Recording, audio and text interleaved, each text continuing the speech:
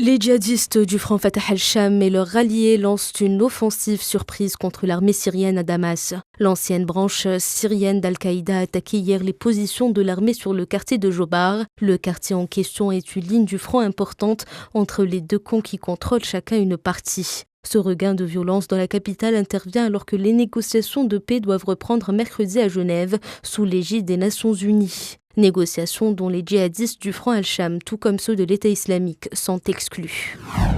Sans surprise, la Corée du Nord a testé un nouveau moteur de fusée hier, un test qualifié de victoire historique par Kim Jong-un.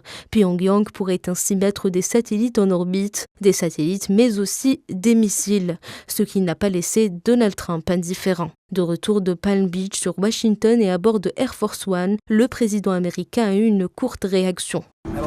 J'ai eu beaucoup de réunions et sa conduite est très mauvaise. C'est ce que j'ai à vous dire, il agit très mal.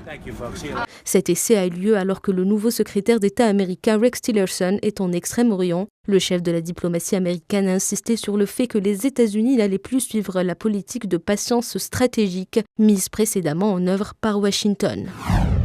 Scandale de viande avariée au Brésil 2 jours après le démantèlement d'un vaste réseau. Le président brésilien Michel Temer a tenté de défendre la production locale en invitant des ambassadeurs étrangers à un barbecue. Il faut dire que le Brésil est le premier exportateur mondial de viande. Dès demain, le ministre de l'Agriculture signalera quels pays ont importé ces produits, quelle était leur nature exacte ainsi que leur provenance, société par société.